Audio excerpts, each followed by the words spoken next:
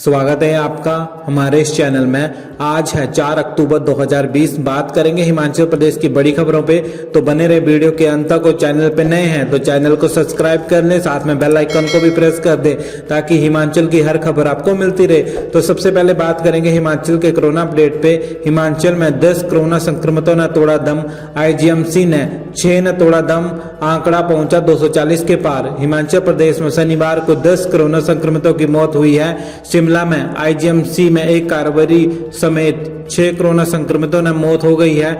अस्पताल में एक साथ इतने मरीजों की मौत से हड़कंप मच गया। वहीं प्रदेश में 241 कोरोना पॉजिटिव मामले आए हैं। मंडी में 31, हमीरपुर में 18, कुल्लू में 20, सोलन में 23, लाहौल स्पीति में 1, कांगड़ा में 41, शिमला में 39, ऊना में 12, चंबा में 12 और सिरमौर में 6 कोरोना पॉजिटिव मामले आए हैं। विधानसभा क्षेत्र ज्वाली के विधायक अर्जुन सिंह भी कोरोना संक्रमण से खुद को बचा नहीं पाए हैं। इसके साथ ही प्रदेश में कोरोना संक्रमितों का कुल आंकड़ा 15,695 पहुंच गया है।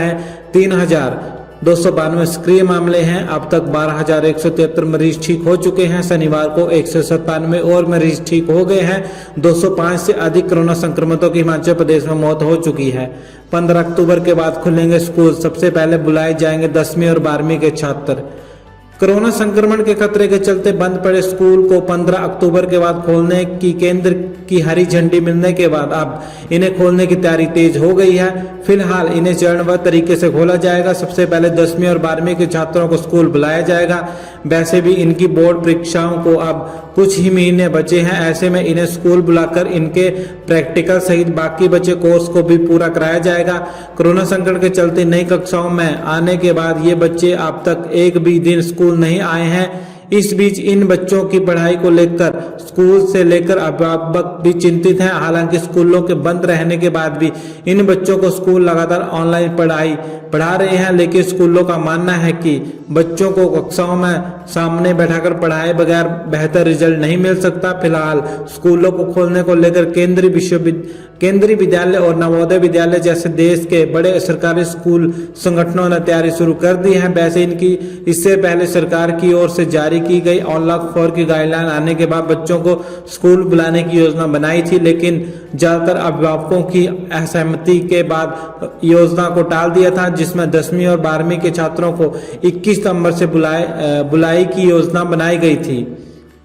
पीएम मोदी को कुल्लवी बोलते देख हैरान हुए लोग, जीता दिल।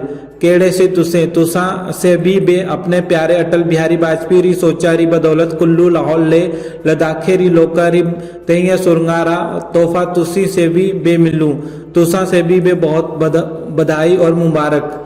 सोलांग में हुई जनसभा के दौरान प्रधानमंत्री नरेंद्र मोदी ने कुल्लवी बोली में लोगों को हालचाल पूछा। अटल टनल रोहतांग के उद्घाटन की लोगों को कुल्लवी भाषा में बधाई दी। इससे पहले स्थानीय देवता कंचन नाग और देवभूमि को प्रणाम भी किया। प्रधानमंत्री नरेंद्र मोदी को कुल्लवी भाषा में बोलते हुए देख लोग हैरान हुए। अपने संबोधन में पीएम मोदी ने पूर्व प्रधानमंत्री अटल बिहारी वाजपेयी को मनाली के साथ लगाव का भी जिक्र किया। मनाली में बिताए अपने पुराने दिनों को भी याद किया। मोदी ने जनसभा में कुल्लवी परिधानों में आई महिलाओं को देखकर केड़े सी तुसे कहकर पुकारा तो सभा स्थल पर महिलाओं का जोश और दुगना हो गया। महिलाओं की खुशी का ठिकाना नहीं रहा। 10वीं के प्रमाण पत्र में गलतियों का अंबार, छात्रों को बना दिया छात्र। कोरोना काल के दौरान देश में सबसे पहले बोर्ड परीक्षाओं का परिणाम घोषित करने का दावा करने वाले स्कूल शिक्षा बोर्ड ने विद्यार्थियों के प्रमाण पत्रों में गलतियों का अंबार लगा दिया है। छात्रा को जहां छात्र बता दिया वहीं उनके माता पिता का नाम भी गलत दर्ज कर दिया। ये गलतियां सिर्फ एक विद्यार्थी के प्रमाण पत्र में नहीं हुई है, बल्कि कई विद्यार्थियों के साथ ऐसा हुआ है। ये खुलासा हमीरपुर के एक निजी स्कूल में 10वीं कक्षा के विद्यार्थियों को मिले प्रमाण पत्रों से हुआ है।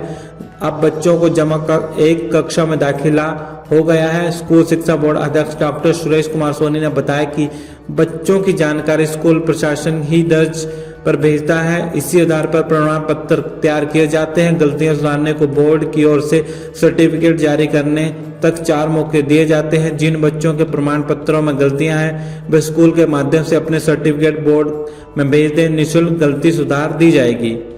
कृषि विश्वविद्यालय पालमपुर में भरे जाएंगे 72 पद, अधिसूचना जारी। कृषि विश्वविद्यालय पालमपुर में विभिन्न वर्गों में 72 गैर शैक्षणिक पद भरे जाएंगे। इन पदों के इच्छुक पात्र अभ्यर्थी 26 अक्टूबर तक आवेदन कर सकते हैं, जबकि जनजातीय क्षेत्रों के अभ्यर्थी 9 नवंबर तक आवेदन कर सकते हैं। कृषि विश्वविद्यालय पालमपुर में पिछले कई दिनों से गैर शैक्षणिक पद खाली चल रहे हैं, इनको अब जल्द भरा जाएगा। कृषि विश्वविद्यालय में पदभार संभालते ही कुलपति प्रोफेसर एच.के. चौधरी ने इन पदों को भरने की अधिसूचना जारी कर दी है। इन 72 पदों में विभिन्न कैटेगरी में आने वाले लोग शामिल हैं। कई पद आरक्षित भी किए गए हैं। जूनियर असिस्टेंट के 50 पद हैं, स्टेनोटाइपिस्ट के 5 हैं, क्लर्क के 4 हैं, फील्ड असिस्टेंट के 10 पद हैं, जूनियर प्रोफेशनल असिस्टेंट का 1 और लाइब्रेरी असिस्टेंट के 2 पद भरे जाएंगे। कृषि विश्वविद्यालय के संयुक्त निदेशक डॉक्टर हृदय पाल सिंह ने कहा कि कृषि विश्वविद्यालय में 72 गैर शैक्षणिक पद भरे जाएंगे। अधिक जानकारी के लिए अभ्यर्थी विश्वविद्यालय की वेबसाइट पर देख सकते हैं। आरबीआई से फिर 500 करोड़ का कर्ज लेने जा रही है हिमाचल सरकार। हिमाचल सरकार फिर से 500 करोड़ रुपए का कर्ज लेने को मजबूर हो गई है। वित्त वर्ष 2020-21 के दौरान दूसरी बार ये कर्जा लिया जा रहा है। इससे पहले जुलाई महीने में भी राज्य सरकार ने 500 करोड़ रुपए का कर्ज लिया है। नए कर्ज को लेकर वित्त आयोग ने शनिवार को अधिसूचना जारी कर दी है। राज्य सरकार आगामी 10 साल की स्टॉक सिक्योरिटीज के बदले में ये कर्ज ले रही है, यानी सरकार को आगामी 10 सालों में 7 अक्टूबर 2030 तक ये कर्ज लौटाना है। कर्ज के लिए सरकार को इलेक्ट्रॉनिक अपनी bid reserve bank of India Mumbai के पास कोर बैंकिंग सिस्टम के माध्यम से 6 अक्टूबर को सुबह 10:30 से 11 बजे के बीच बिड जमा करनी होगी। इन औपचारिकताओं को पूरा करने के बाद 7 अक्टूबर को पेमेंट मिल जाएगी। राज्य सरकार द्वारा कर्ज लेने के पीछे तर्क दिया जा रहा है कि यह पैसा विकास कार्य पर खर्च किया जाए, लेकिन यह भी सच्चाई है कि तकरीबन 55,000 करोड़ रुपए के कर्ज में पहले से डूबे हिमाचल प्रदेश को हर महीने पुराने लोन की किस्तें और उसका ब्याज चुकाने के लिए ही कर्ज लेना पड़ रहा है, यानी हिमाचल कर्ज लौटाने के लिए हर बार नया कर्ज ले रहा है। सामरिक दृष्टि से अति महत्वपूर्ण है रोहतांग सुरंग। वीरभद्र कांग्रेस के वरिष्ठ नेता प्रदेश के पूर्व मुख्यमंत्री वीरभद्र सिंह ने सामरिक दृष्टि से अति महत्वपूर्ण रोहतांग सुरंग के बनने और इसे राष्ट्र को समर्पित करने पर प्रदेशवासियों विशेषकर लाहौल स्पीति के लोगों को हार्दिक बधाई दी है। कहा है कि इस सुरंग के चालू होने से लाहौल स्पीति के लोगों को पूरा साल यहां से आने जाने में बड़ी सुगमता रहेगी। वीरभद्र सिंह ने शनिवार को यहां जारी बयान में कहा कि 2010 में जब वे केंद्र में मंत्री थे, उन्हें इसके जल्द निर्माण की आवश्यकता को लेकर प्रभावी ढंग से तत्कालीन प्रधानमंत्री डॉक्टर मनमोहन सिंह के समक्ष मामला रखा था। सुरंग निर्माण का पहला सपना 1972 में तत्कालीन प्रधानमंत्री इंदिरा गांधी ने अपने लाहौल स्पीति दौरे के दौरान उस समय देखा था, जब वे केलांग में रात्रि विश्राम को ठहरी थी। उसी साल 1972 में इंदिरा गांधी ने यहाँ की भौगोलिक स्थितियों को देखते हुए रक्षा मंत्रालय को यहाँ से सड़क या किसी सुरंग निर्माण की संभावनाओं को पता लगाने को कहा था। 2010 में प्रधानमंत्री मनमोहन सिंह के नेतृत्व में तत्कालीन यूपी अध्यक्ष सोनिया गांधी ने इस सुरंग की आधारशिला 28 जून को रखी। इस सुरंग के चालू होने से आप लाहौल स्पीति के लोगों को पूरा साल सड़क संपर्क की सुविधा मिलेगी। देश की रक्षा सुरक्षा में भी बहुत ही महत्वपूर्ण साबित होगी। पहाड़ों की रानी शिमला में उमड़े सैलानी। पहाड़ों की रानी शिमला में सैलानियों की भीड़ उमड़ गई है। 3 दिन की छुट्टियां मनाने के लिए भारी संख्या में सैलानी बाहरी राज्यों में शिमला पहुंचे हैं। 24 घंटे में भीतर 6000 वाहनों में सऊदी बैरियर से शहर में प्रवेश किया है। शहर के होटलों में 80 से 90% ऑक्यूपेंसी पहुंच गई है। सैलानियों की आमद बढ़ने के बाद शुक्रवार शाम शहर की पार्किंग भी पैक हो गई है। शुक्रवार को गांधी जयंती के बाद 2 दिन की छुट्टी के चलते बाहरी राज्यों से भारी संख्या में सैलानी ने शिमला का रुख किया है। चंडीगढ़, पंजाब, हरियाणा, दिल्ली और उत्तर प्रदेश से सैलानी शुक्रवार को शिमला पहुंचे हैं। सैलानियों की आमद बढ़ने से शिमला के पर्यटन कारोबारी उत्साहित है। सैलानियों की भीड़ को नियंत्रित करने के लिए पुलिस और प्रशासन पूरी तरह मुस्तैद है।